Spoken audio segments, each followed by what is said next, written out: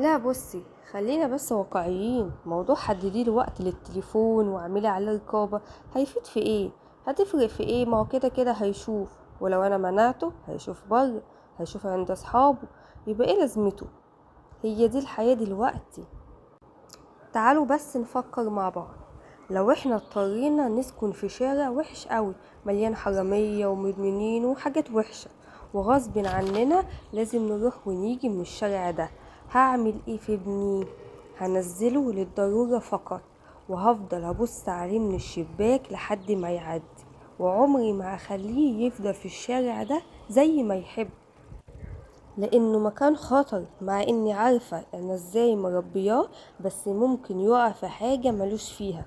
فاهمين قصدي؟ هو فعلا هيشوف في الشارع ده اللي هيشوفه لاننا للأسف ساكنين فيه، لكن عمري ما هسيبه يتعرف على الناس اللي فيه ويبقوا صحاب ويقضوا معاهم ساعات.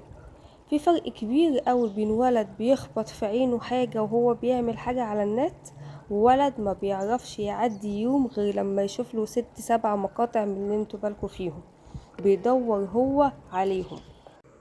طب ما هما بيقولوا لي يا ماما ما احنا كل مذاكرتنا عليه.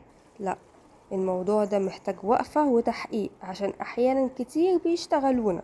من اول السنة تسألي كده بالتفصيل، وتقعدي معاهم وتفهمي مذاكرتك هتكون ازاي على النت، هتدور على ايه، هتحضر ايه. يبقى كده على قد الكلام ده بس. الولاد بيقعدوا في اوضتهم 6 7 ساعات بيذاكروا منهم ساعة واحدة لو ذاكروها، والباقي بقى انتوا عارفينه. الموضوع مؤلم ومرهق إلى أبعد الحدود، بس ما ينفعش نستسلم، لازم يبقى على الأقل عاملين اللي علينا، عشان يا جماعة في الآخر كلكم راع وكلكم مسؤول عن رعيته.